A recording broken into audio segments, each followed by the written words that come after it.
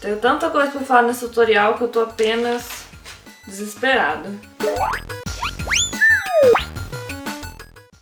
Olá pessoas, bem-vindos ao primeiro vídeo da nossa série de tutoriais sobre tons de pele. Se você acabou de cair aqui de paraquedas e não conhece ainda a série, vocês podem voltar na introdução que eu explico exatamente o que vai ser essa série de tutoriais. E se vocês já assistiram a introdução, bem-vindos ao primeiro vídeo e ele vai ser sobre o Oscar Isaac. Pra quem não conhece ele de nome, ele fez uma porrada de filmes incríveis, porém pouco populares, que vocês definitivamente deveriam ir atrás. Mas vocês devem se lembrar dele em Star Wars como o dono do BB-8 e o futuro namorado do Finn. Eu escolhi acreditar! Vocês também devem se lembrar dele em X-Men, mas lá tem um problema com o fato de que ele é azul. Não, pera. Você propõe fazer uma série de tutoriais sobre tons de pele diferentes. E o primeiro que você faz é o que todo mundo sabe? Sim, porém com uma dica estratégica. Antes de entrar em tons de pele em geral, eu tenho que explicar algumas ideias, conceitos, coisa e tal, que tem a ver com pele no geral, não com um tom específico. E eu acho que vai ser muito mais fácil explicar essas coisas com um tom de pele que vocês estão mais familiarizados. Como eu já falei na introdução, porém vou repetir, todas as coisas que eu vou explicar aqui, a maioria delas eu aprendi na série de tutoriais de pele da Navat, no DeviantArt, que eu vou deixar o link na descrição, se vocês tiverem curiosidade, um tutorial em inglês, mas se não for problema pra vocês, passa lá e confere que é um tutorial ótimo. Então vamos pôr a mão na massa que a gente tem muita coisa pra falar hoje. A proposta desse tutorial é pegar uma referência, entender o tom de pele e aplicar isso num desenho. Então, o primeiro passo é pegar uma referência. Ok, a gente vai fazer o Oscar Isaac. Então a gente vai no Google e vai pesquisar Oscar Isaac. E daí nós vamos nos deparar com o nosso primeiro problema.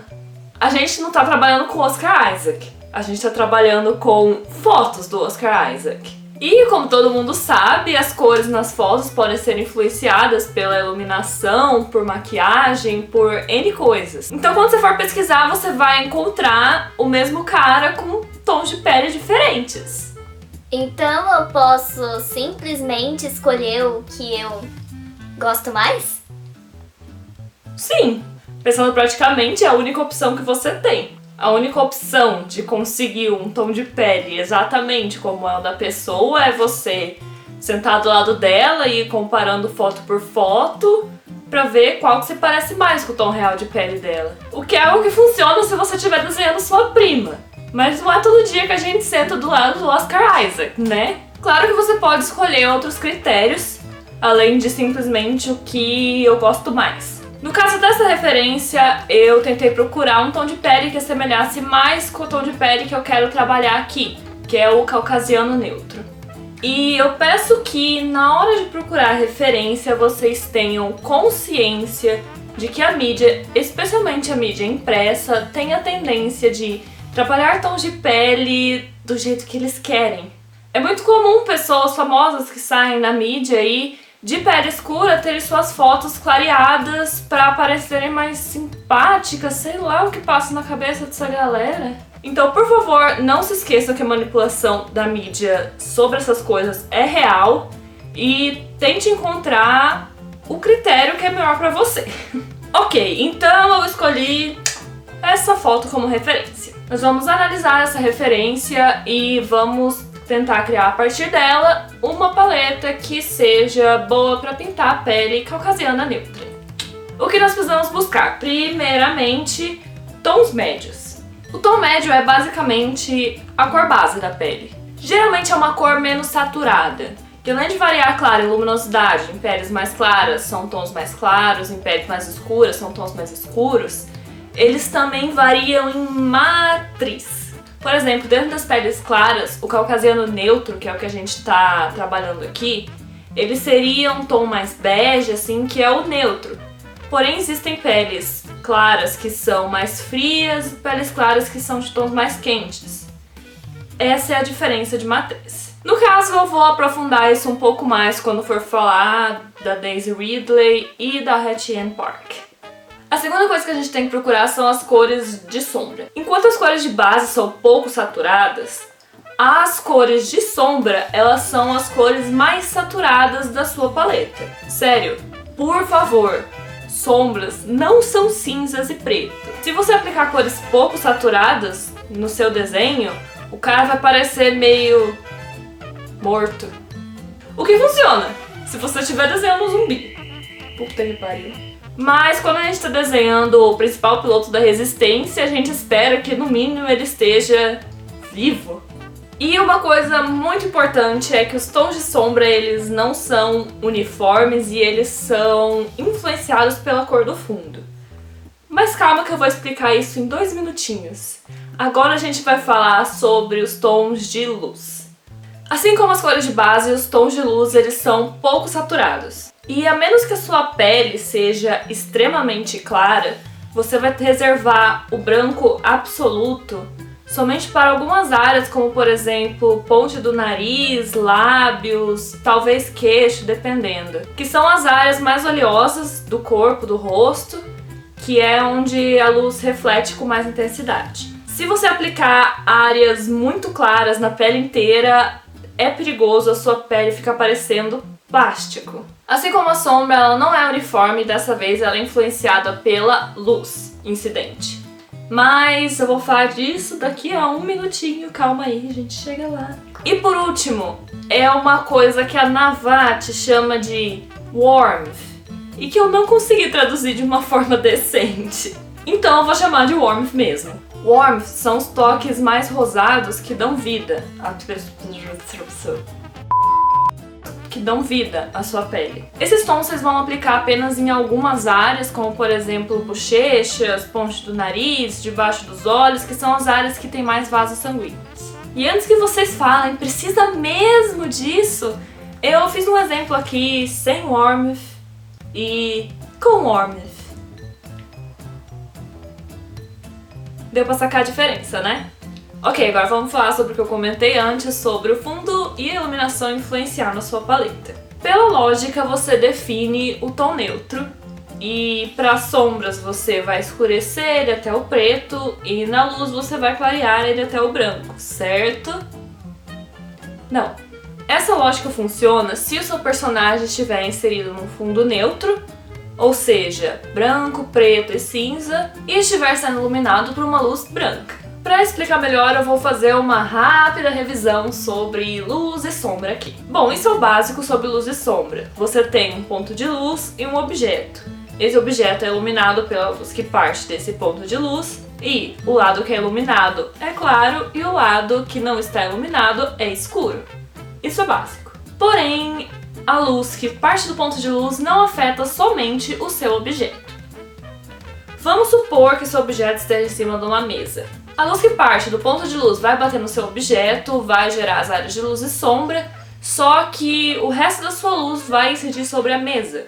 E a mesa, sendo uma superfície branca, ela vai refletir essa luz. Ou seja, na área de sombra do seu objeto que está perto da mesa, você vai ter uma área de luz branca que bateu na mesa e voltou no seu objeto. Isso não acontece, por exemplo, se a superfície for preta, porque o preto só é preto porque ele absorve toda a luz e não reflete nada. Mas e se sua mesa for colorida? Se sua mesa for verde, por exemplo, a luz branca vai bater nela e vai refletir luz verde. Ou seja, a área da sua sombra vai ter um pouco de tons verdes. Deu pra entender? Ou seja, a cor dos objetos ao redor influencia a cor da sua sombra. Se você estiver desenhando um personagem, no fundo cinza vai ser simplesmente uma escala até o preto das cores da cor base.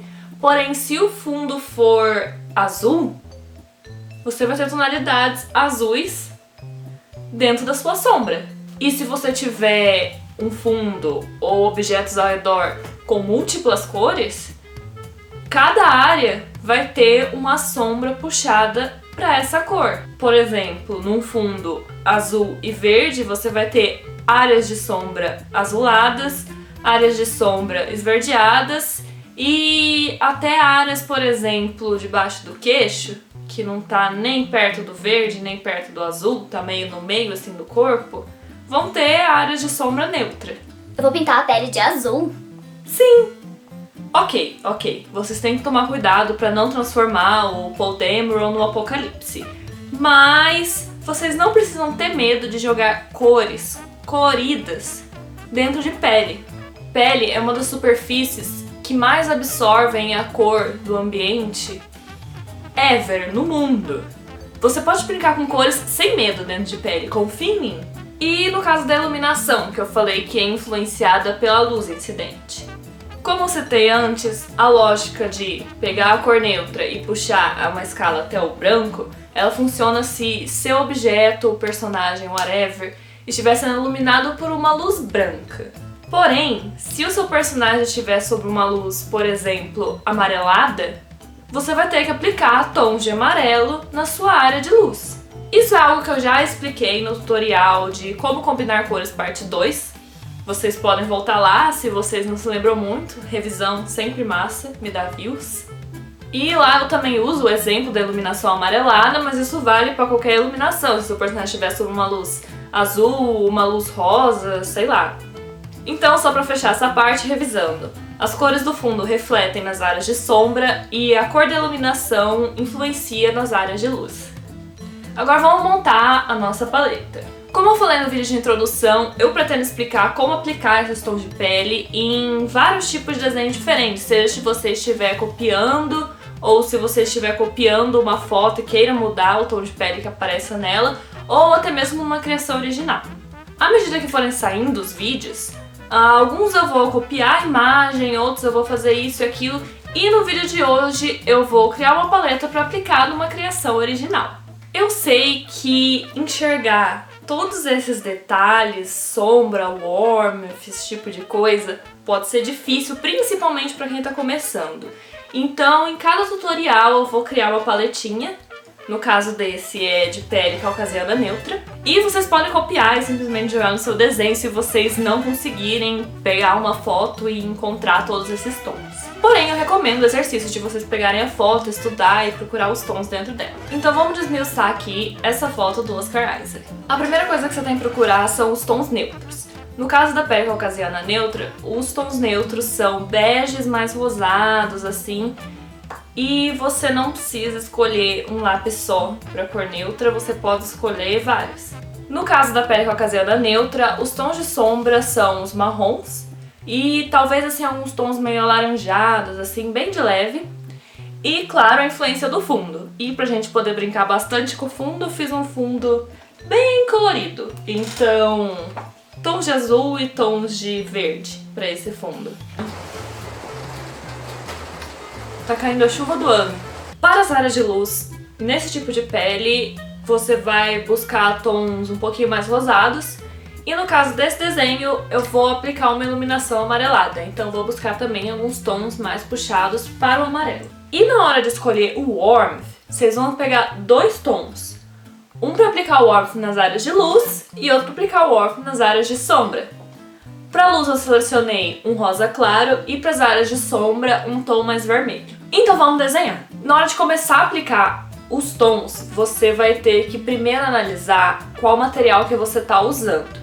Se você estiver usando um material opaco, ou seja, um material que as cores claras conseguem cobrir as cores escuras, como por exemplo tinta ou digital, você pode cobrir toda a área da pele com o tom médio. Porém, se você estiver usando um material transparente, aquele que se você passar o branco em cima de um tom mais escuro não vai fazer diferença nenhuma, como por exemplo aquarela ou lápis de cor, você vai aplicar o tom médio da parte onde vai começar o tom médio até a parte que vai ter o tom mais escuro.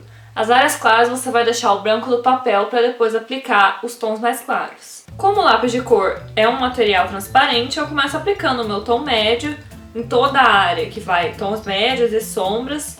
E eu gosto dessa coisa de aplicar o tom médio onde vai ter sombra, porque na hora que você for aplicar a sombra, ela vai ficar uma coisa mais suave, vai se misturar com esse tom médio e, na minha opinião, parece mais natural o resultado final.